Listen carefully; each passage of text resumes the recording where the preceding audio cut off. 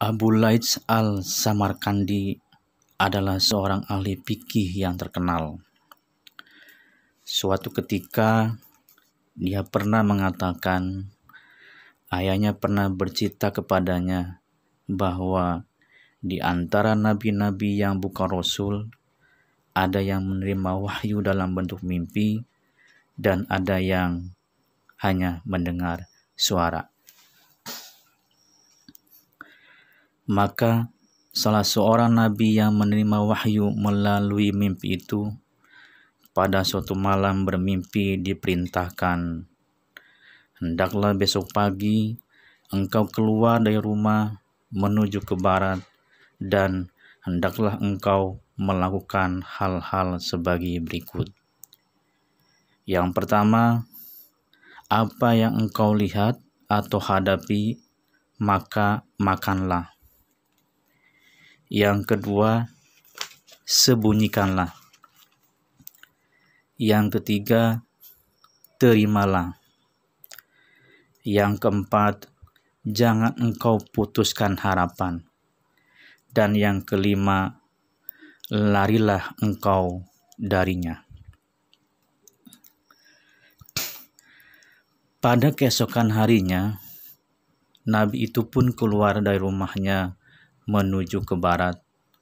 Dan kebetulan yang pertama dihadapinya adalah sebuah bukit besar berwarna hitam.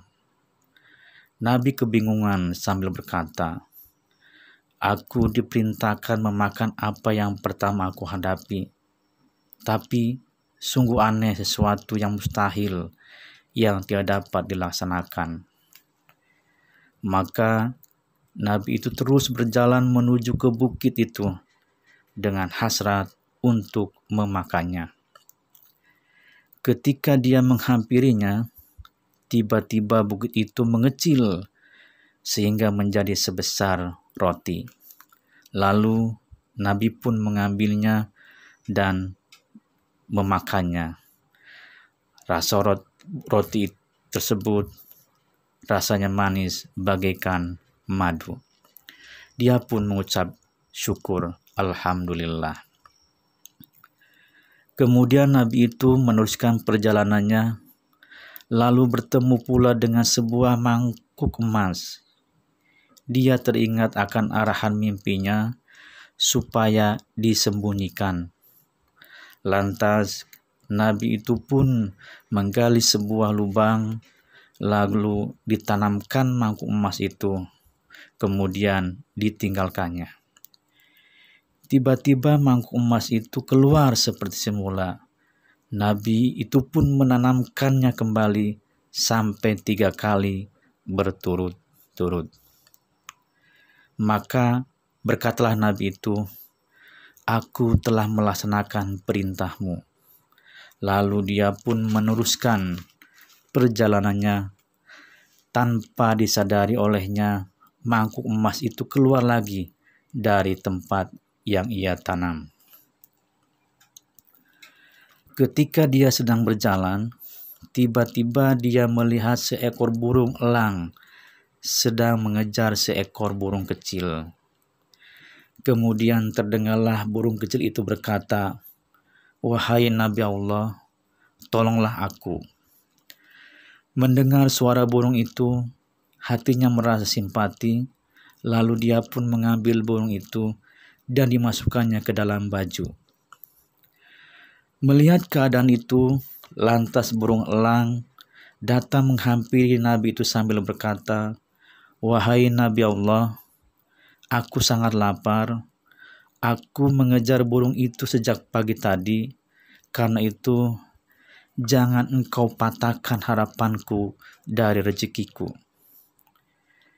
Nabi itu teringat arahan dalam mimpinya yang keempat, yaitu tidak boleh putuskan harapan. Dia menjadi kebingungan untuk menyelesaikan perkara itu.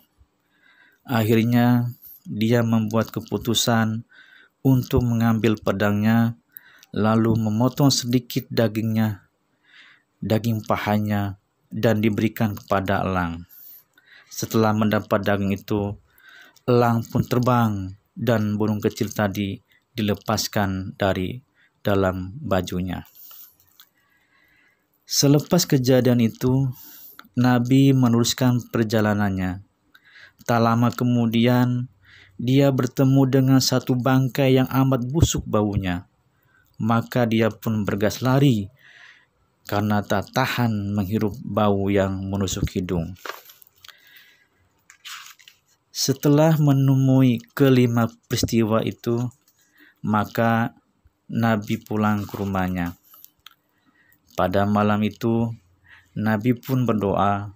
Dalam doanya dia berkata, "Ya Allah, aku telah melaksanakan perintah-Mu sebagaimana yang diberitahu dalam mimpiku.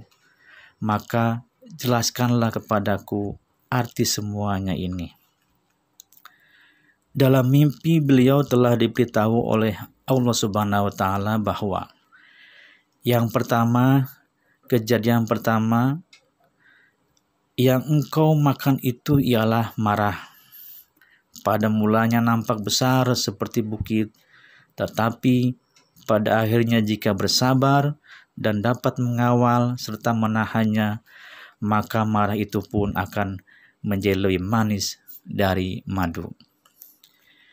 Kejadian yang kedua, semua amal kebaikan walaupun disembunyikan, maka ia akan tetap akan nampak jua. Kejadian yang ketiga, jika sudah menerima amanah seseorang, maka janganlah kamu hianati kepadanya. Kejadian yang keempat, jika orang meminta kepadamu, maka usahakan membantu meskipun kau sendiri berhajat.